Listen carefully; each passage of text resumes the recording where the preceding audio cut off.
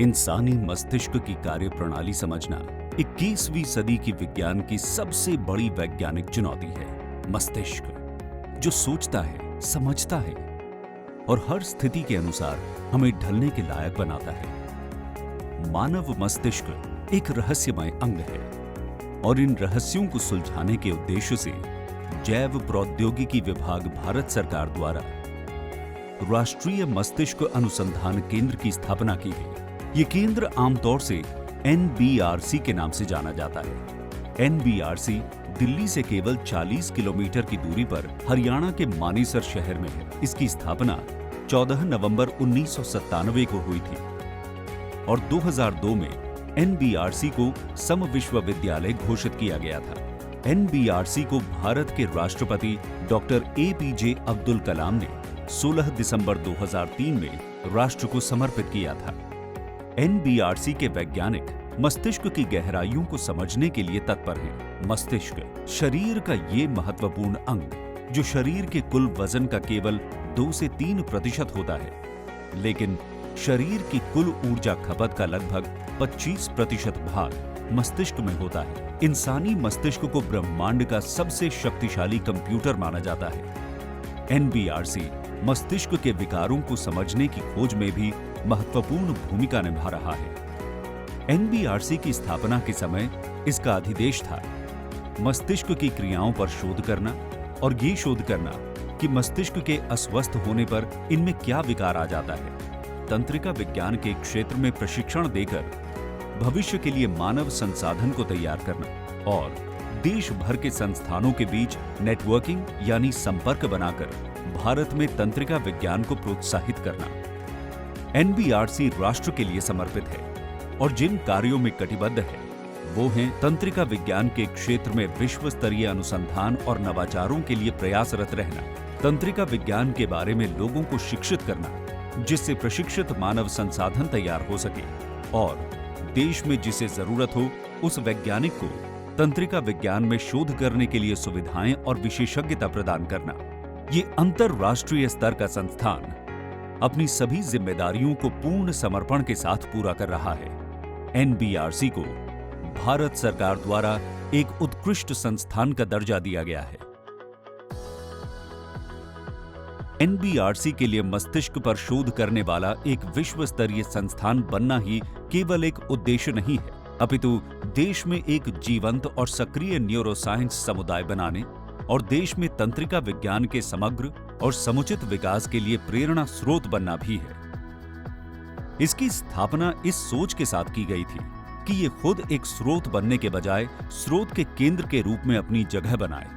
इस तरह की सोच के साथ ये संस्था मस्तिष्क की संरचना, उसके कार्य और विकास को समझने के लिए लगातार कार्यरत है।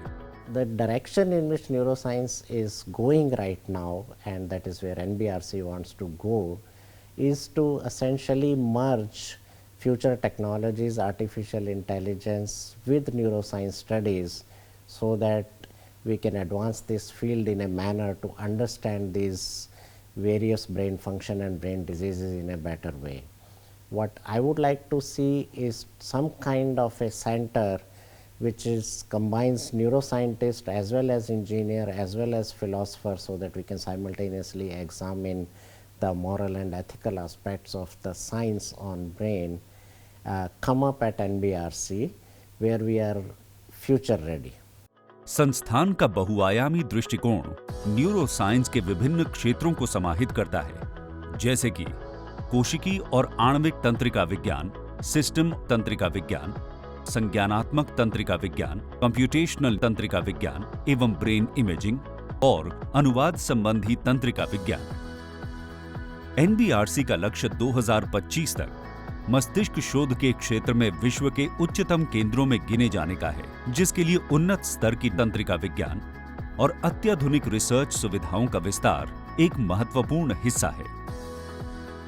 NBRC में वैज्ञानिकों द्वारा मस्तिष्क के अध्ययन हेतु नेमाटोड से लेकर मनुष्यों और इनके बीच में उपलब्ध विभिन्न जंतुओं को मॉडल्स के रूप में प्रयोग किया जाता है।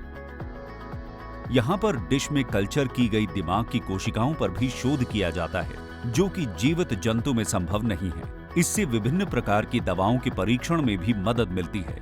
एनबीआरसी ने तंत्रिका विज्ञान के क्षेत्र में शोध के लिए सेल्यूलर और जंतु मॉडल विकसित करने में सफलता हासिल की है, जिसे आज पूरे अनुसंधान समुदाय द्वारा इस्तेमाल किया जाता है।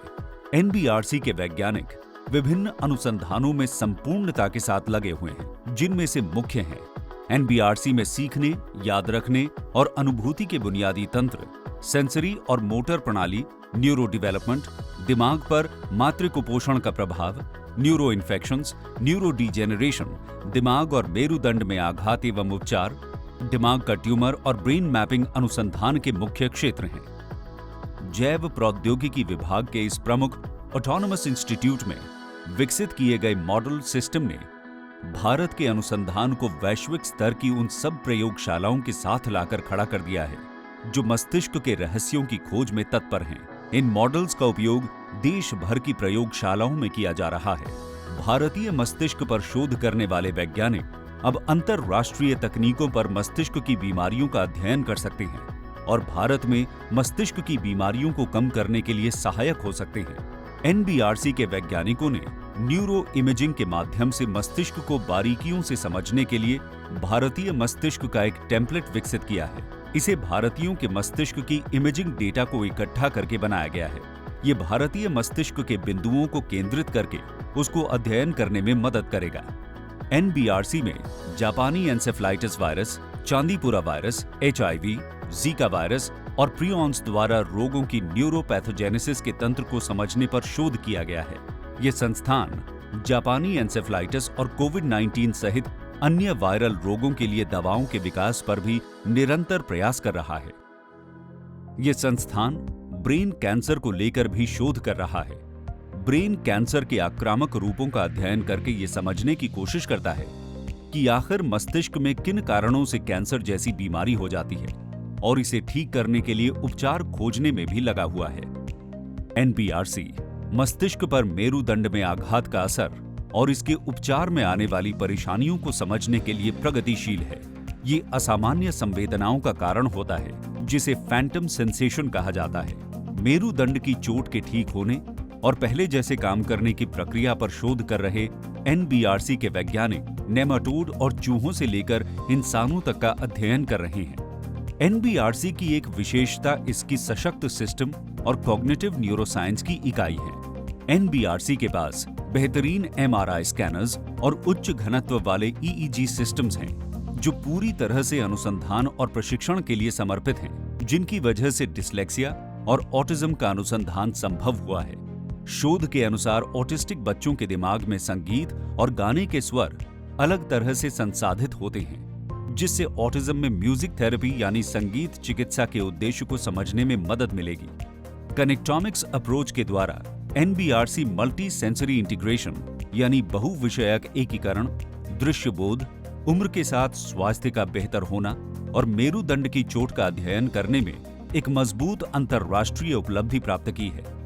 एनबीआरसी डिमेंशिया पर डीबीटी की पहल का समन्वय कर रहा है। ये एक ऐसा काम है जो पूरे देश में मौजूद अनुसंधान केंद्रों द्वारा किया जा रहा है। इसकी मदद से हम न सिर्फ ये जान पाएंगे कि देश में डिमेंशिया के कितने मामले हैं, बल्कि ये भी समझ पाएंगे कि कुछ लोगों में उम्र बढ़ने के बाद भी डिमेंशिया का विकास क्यों नहीं होता। इस कार्यक्रम के परिणाम से वैज्ञानिकों और नीति निर्माताओं को काफी मदद मिलेगी।